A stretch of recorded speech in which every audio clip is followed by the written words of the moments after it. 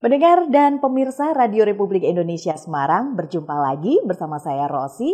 Dan kali ini kita nggak akan bahas seputar olahraga ya. Kali ini kita akan bahas seputar wartawan dan juga media. 9 Februari 2023 nanti kita akan memperingati Hari Pers Nasional. Di tengah gempuran banyak sekali informasi yang masuk ke masyarakat. Tentunya dituntut untuk wartawan cerdas, media waras. Seperti apa? Langsung saja kita akan berbincang bersama dengan Ketua PWI Jawa Tengah, Bapak Amir Mahmud. Halo Pak Amir, apa kabar? Baik, sehat, alhamdulillah. Sehat luar biasa. Kali ini kita nggak akan ngobrol soal sepak bola. Ini topik lain ya. Topik lain ini dalam rangka Hari Pers Nasional yang nanti akan kita peringati bersama pada tanggal 9 Februari. Pak Amir, boleh mungkin diceritakan terlebih dahulu kondisi pers saat ini, utamanya pasca COVID-19, seperti apa? Ya, mengapa kami mengambil tagline wartawan cerdas, media waras? Ini adalah satu tagline yang kami angkat sebagai penyemangat. Penyemangat ketika memang turbulensi media ini seolah-olah tidak ada henti-hentinya. Sebelum COVID kita mulai bergerak. Kemudian pada saat COVID itu kita harus melakukan adaptasi baik di dalam pemberitaan maupun di dalam pergerakan industri yang sangat sulit pada saat itu. Dan kemudian pasca COVID ini kita menemukan banyak hal, pergerakan-pergerakan itu yang ketika kita sadari atau ketika tidak kita sadari, ini ternyata juga membawa efek. Karena ada pola-pola pemberitaan, pola-pola penyiaran yang sekiranya ini bisa kita katakan sebagai pelanggaran-pelanggaran jurnalistik, sebagai ini ketidakpatuhan terhadap tujuan pers, bagaimana yang diamanatkan oleh Undang-Undang Nomor 40 Tahun 1999, tetapi di bawah payung semangat mengenai ini wartawan yang cerdas, kemudian media yang waras. Ini kami ingin membangun satu image tentang tekad kami untuk memperbaiki keadaan-keadaan yang selama ini mungkin oleh sebagian orang, sebagian masyarakat kita ini dianggap sebagai sesuatu yang pers kok seperti ini, mestinya memberikan hal-hal yang berbeda, inspirasi-inspirasi pasca COVID ini, kebangkitan-kebangkitan yang kita dorong itu harus bagaimana begitu. Ini menarik Pak Amir untuk mewujudkan wartawan cerdas yang kemudian muaranya adalah media yang waras begitu.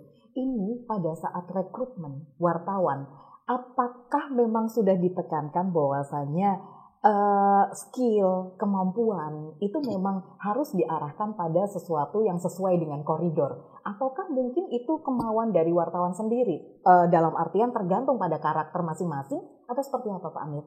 Ya, setiap momentum Hari Pers Nasional pada tiap tahun, sejak kepengurusan saya di PWI Provinsi Jawa Tengah tahun 2015 sampai periode yang kedua 2020, itu memang kami selalu menegaskan tentang pentingnya pemahaman profesionalitas, pemahaman kompetensi ini dari dua aspek. Aspek yang pertama adalah bagaimana kita membangun kapasitas teknis ini, skill ini secara masif, dan kemudian ini tidak akan cukup manakala tidak kita imbangi dengan bagaimana kita membangun transformasi etika secara benar. Jadi ini adalah satu pemahaman yang tidak bisa saling terpisahkan antara skill, antara teknis dan dengan etika atau sikap bijak kita di dalam bermedia.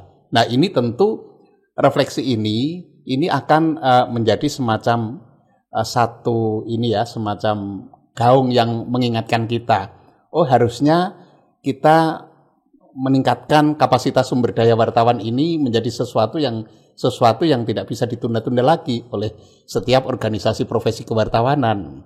Media-media juga harus punya tanggung jawab untuk ini, karena memang media yang cerdas ini adalah cerminan bagaimana wartawan yang cerdas ini adalah cerminan bagaimana wartawan itu mampu memadukan antara faktor skill dengan faktor etika tadi. Kalau ini bisa kita satukan, maka wartawan tentu akan memenuhi ini amanat yang disampaikan oleh Undang-Undang Pers. Memberi informasi, memberikan pendidikan, memberikan hiburan, dan menjalankan kontrol sosial. Kalau ini bisa kita laksanakan dengan konsisten, saya kira media-media kita akan waras. Waras dalam pemahaman, ini jangan hanya dilihat dari sehat pikiran dan sehat orientasi, tetapi juga bagaimana kita mencoba untuk membangun media yang sehat secara bisnis. Oke, baik. Pemirsa dan juga pendengar Radio Republik Indonesia Semarang, utamanya ini untuk adik-adik yang saat ini sedang belajar menempuh pendidikan untuk menjadi nantinya barangkali akan menjadi wartawan. Pak Amir, etika dan juga skill yang seperti apa yang dibutuhkan? Ya, sekarang ini adalah era multiplatform ya, artinya bahwa wartawan ini tidak cukup hanya membekali diri dengan kemampuan teks, kemampuan menulis, Nggak cukup, ya? kemampuan menarasikan. Ini harus dibekali dengan kemampuan-kemampuan untuk mengakrabi teknologi komunikasi.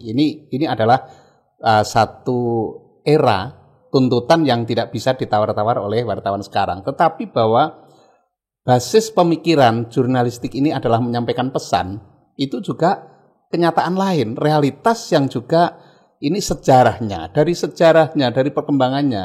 Kewartawanan ini adalah pekerjaan menulis, pekerjaan menyiarkan.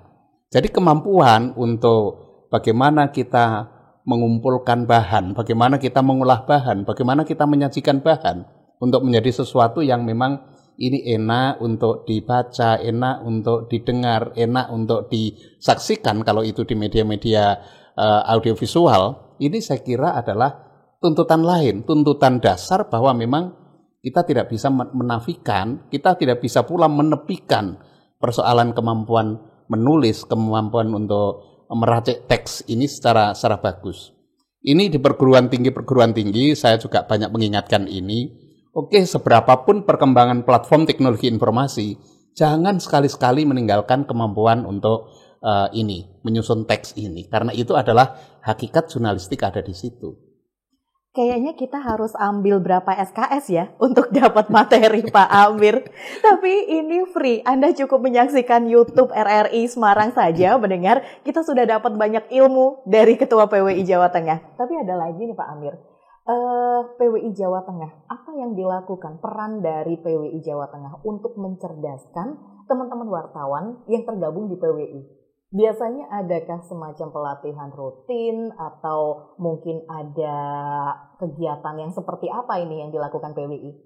Iya, jadi kami ini adalah organisasi profesi kewartawanan. Jadi yang kita naungi itu anggota-anggota kita itu adalah mereka-mereka wartawan-wartawan yang ini ingin mengembangkan profesi, mengembangkan kemampuan SDM mereka sendiri, dan ini nanti menurut saya ini akan menjadi satu kolaborasi yang bagus seandainya media tempat wartawan-wartawan itu bernaung ini juga memberikan respon yang saling mengisi dengan PWI.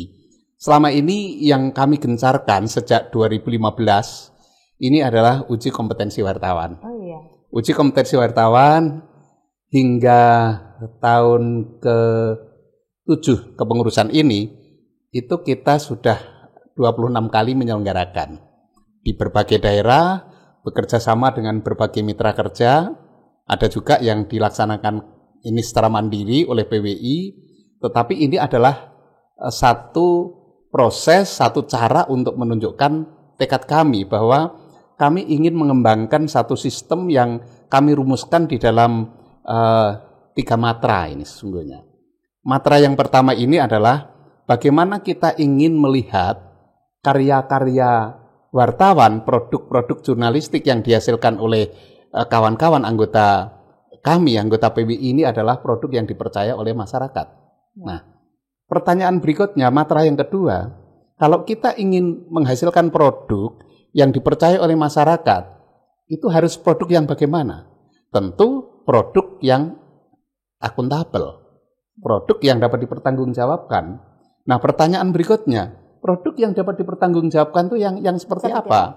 Nah, ini tentu yang sudah melalui satu proses disiplin verifikasi. Verifikasi yang betul-betul tuntas, verifikasi yang betul-betul meyakinkan bahwa kita menyajikan kebenaran jurnalistik ini untuk membangun satu kepercayaan publik yang kita sodorkan melalui pemberitaan-pemberitaan karya wartawan-wartawan kita itu. Nah, dari sini sesungguhnya 3 matra ini juga mewakili langkah-langkah kami.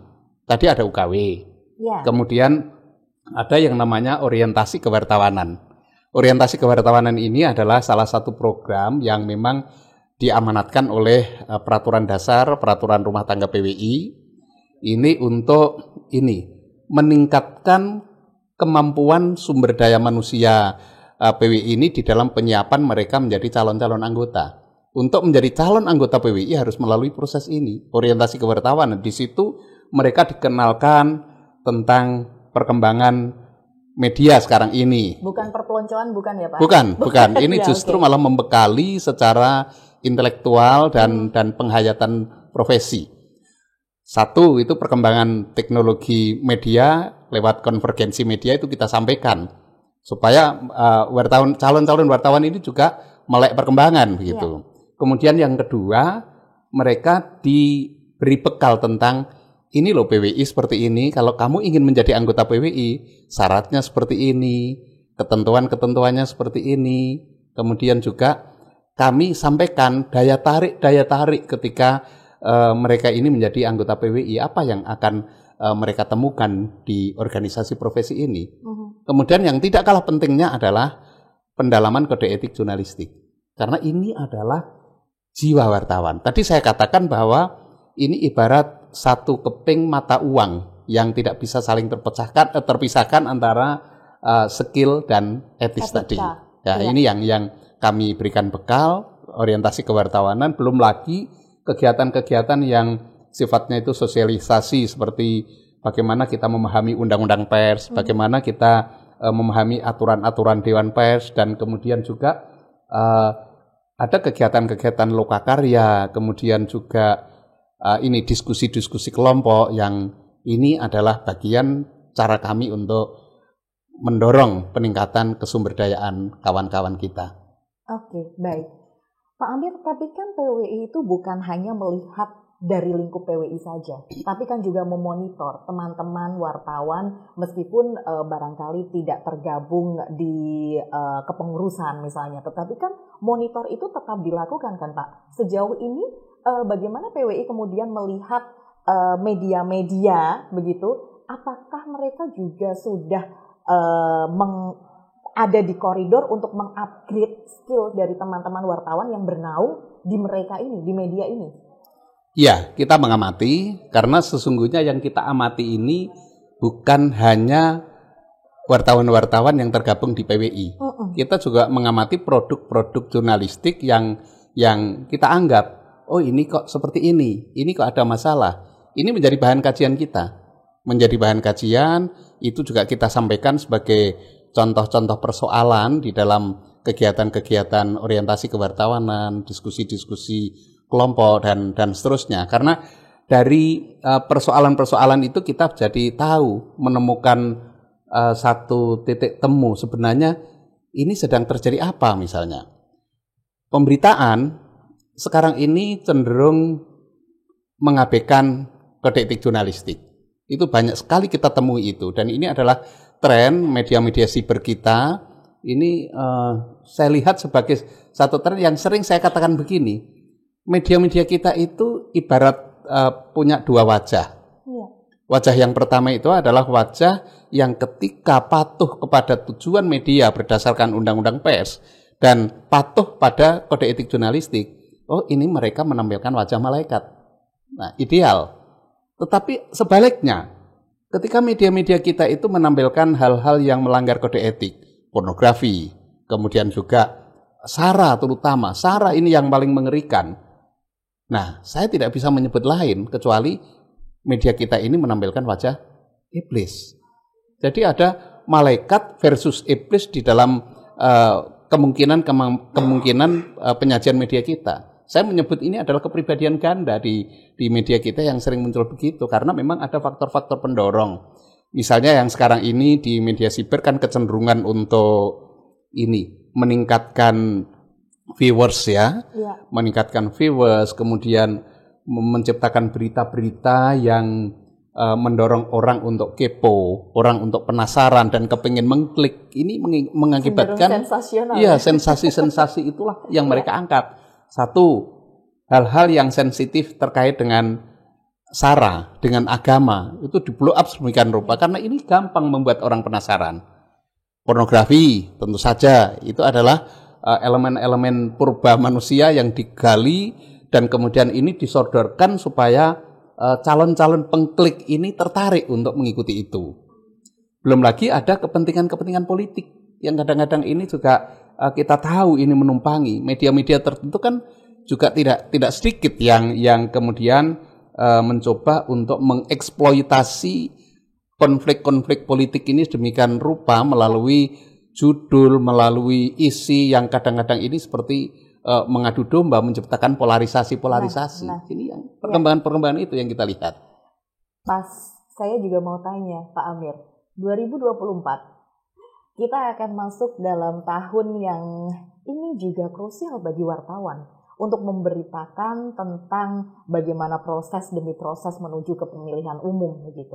Ini bagaimana Pak sejauh ini? Jangankan hanya Hamin bulan ya, Hamin tahun di 2024, di 2023 ini kan juga sudah sangat hangat topik terkait dengan nanti pemilu 2024. Iya memang sudah terasa. Ya. Terasa menggelegak. Sudah mulai seperti itu. Apalagi sekarang ini media massa, media mainstream, media-media siber kita, media digital kita ini tidak lepas juga dari ekosistem. Ekosistem ini misalnya bagaimana pengaruh-pengaruh media-media yang membawakan suara-suara buzzer, influencer itu yang mau tidak mau itu kadang-kadang juga mempengaruhi arah pemberitaan media-media mainstream ini. Itu sungguh ini menurut saya akan menjadi sesuatu yang tidak akan berubah dari misalnya Pilpres 2014, Pilgub DKI 2017, lalu Pilpres 2019. Ini saya khawatir 2024 ini kalau kita tidak hati-hati, kalau tidak cerdas, kalau tidak waras, ini kita ikut larut di dalam pertarungan perebutan ruang opini yang dilakukan oleh para elit. Ini kita sudah mulai merasakan sekarang ini sesungguhnya. Misalnya persoalan capres. Oke, apakah ini dianggap salah satu cara mencerdaskan bangsa kita, mencerdaskan demokrasi kita itu dengan cara seperti itu? Informasi-informasi yang diolah sedemikian rupa dengan judul-judul yang kadang-kadang itu tidak paralel dengan isinya. Ini betul-betul yang saya katakan kekhawatiran-kekhawatiran ini menjelang tahun politik, maka kemudian kami mengangkat semangat tentang kecerdasan dan kewarasan tadi. Ini. Berarti yang harus cerdas, yang harus waras itu bukan hanya wartawan dan media dong Pak. Berarti masyarakat yang menerima informasi itu juga harus cerdas juga kan Pak? Ya, ketika wartawan cerdas, ketika media waras, tentu wartawan dan media itu tidak sembarangan memberikan space atau ruang-ruang berekspresi kepada mereka-mereka yang ingin memanfaatkan itu untuk menggait sebanyak mungkin pengikut. Itu saya kira begitu. Jadi memang benar tadi kalau pencerdasan publik, pencerdasan atau pendewasaan demokrasi di tingkat masyarakat ini pasti ikut berperan memang. Sangat ikut berperan dan makanya ketika kita bilang wartawan cerdas, ini adalah bagian dari itu sesungguhnya. Menurut saya cukuplah dengan tidak perlu terlalu masuk di dalam pola-pola penyajian berita yang tadi saya katakan sebagai menampilkan wajah iblis tadi. Pelanggaran-pelanggaran kode etik seolah-olah ini dipermisifikasi gitu. Seolah-olah ini menjadi hal yang biasa gitu.